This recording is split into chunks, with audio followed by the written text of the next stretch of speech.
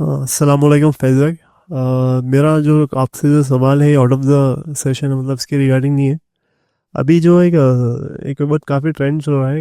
کیرلا کا ایک آدمی ہے شخص جو کہ حج کے لیے پیدل جا رہے ہیں وایا انڈیا پاکستان اور ایران ہو کے کویت ہو کے ڈائریکٹ سعودی جانے کا. تو لوگ کہہ رہے ہیں کہ اس کو ثواب بھی ویسا ملے گا. تو آپ کا کیا ہے اس کے اندر ویو پوائنٹ مجھے جاننا چاہیے. جزاک اللہ. میں نے سوال کیا کہ ایک شخص سے کوئی وہ جو ہے انڈیا سے جو ہے حج کو پیدل جا رہے ہیں تو اس کا کیا معاملہ ہے. دیکھیے سب سے پہلی چیز یہ کوئی مطلوب چیز نہیں ہے, یہ خواہ کی اپنے نفس پر ظلم ہے, اس کی ضرورت ہی نہیں.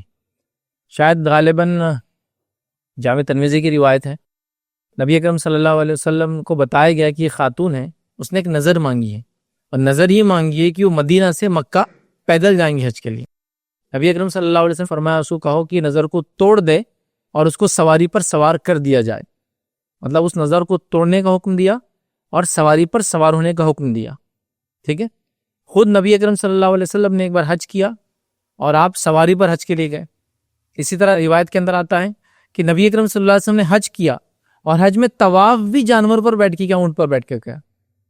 ایک انسان جو ڈسیبلٹی رکھتا ہے, کمزور ہے, بیمار ہے, تھک گیا ہے, تو وہ سواری کی مدد سے بھی طواف کر سکتا ہے. تو اسی لیے آج کل آپ دیکھیں گے گاڑیاں لگا رہے وغیرہ کر رہے, سائیکل پہ لے جاتے, یہ بھی کیا جا سکتا ہے, مطلب کوئی اور کروائے. تو یہ بھی دیکھا گیا اور یہ بھی آپ صلی اللہ علیہ وسلم نے کیا.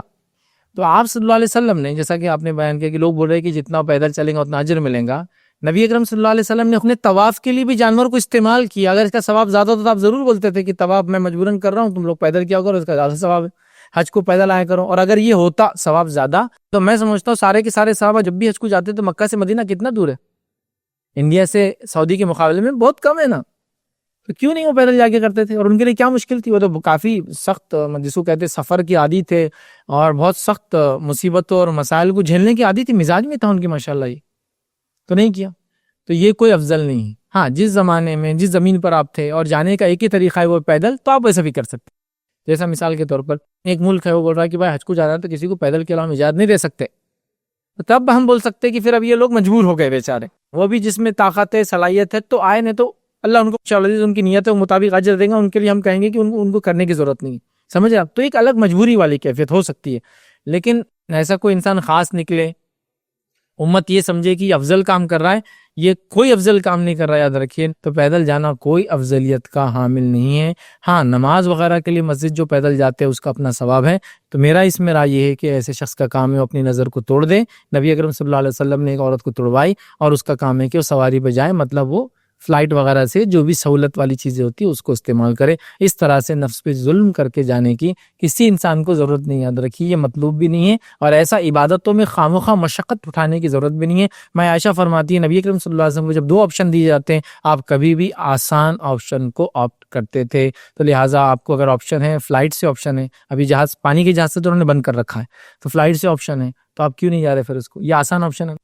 آپ پیدل جانے میں کوئی سیف بھی نہیں ہو رہا, پیسہ سستا بھی نہیں پڑ رہا ہے, وہ جان کا خطرہ اور جوخم بھی آپ خواہ لے رہے. وار زون سے گزرنا پڑے گا, فارسٹ سے گزرنا پڑے گا, بارڈرز خواہ کراس کرنا پڑے گا, لیگیلٹیز کے ایشوز آنے والے ہیں. رسک ہے نا اپنی جگہ, کیوں رسک لینے کا جب آرام سے ساری چیزیں ہو سکتی ہے. تو آسانی یہی ہے کہ آپ فلائٹ سے جائیں, فلائٹ سے آئے. تو میں ایسی گزارش کروں گا جو بھی لوگ ایسے عزم کرے, ارادہ کرے, ارادہ چھوڑ دے, اور اگر کر لیا ہے کسی نے تو وہ توڑ کے منت توڑنے کا جو کفارہ ہوتا ہے وہ ادا کرے, اور جو سہولت والا راستہ ہے فلائٹ وغیرہ سے وہاں سے جائے. یہ سب چیزوں کی کوئی ضرورت نہیں ہے, اور کمیونٹی کا اور امت کا کام بھی نہیں کہ ایسی چیزوں کو بڑھاوا دے.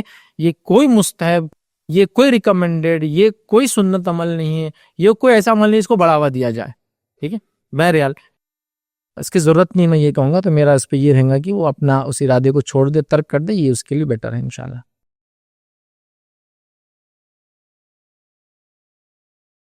السلام علیکم. آپ بھی ہمارے اس کام میں تعاون کریں اپنی زکات و صدقات کے ذریعے. ڈونیشن ڈیٹیلز کے لیے ڈونیٹ اس پر کلک کریں. اگر آپ کو ہمارے ویڈیوز پسند آئے ہیں تو اسے شیئر کریں اور ثواب کے حقدار بنیں. روزانہ ہمارے ویڈیوز کو پانے کے لیے ہمارے یوٹیوب چینل کو سبسکرائب کریں اور بیل آئکن دبائیں. ہم سے دیگر سوشل میڈیا پر جڑنے کے لیے ویڈیو میں دیے گئے آئی ڈی کو سرچ کریں. جزاک اللہ.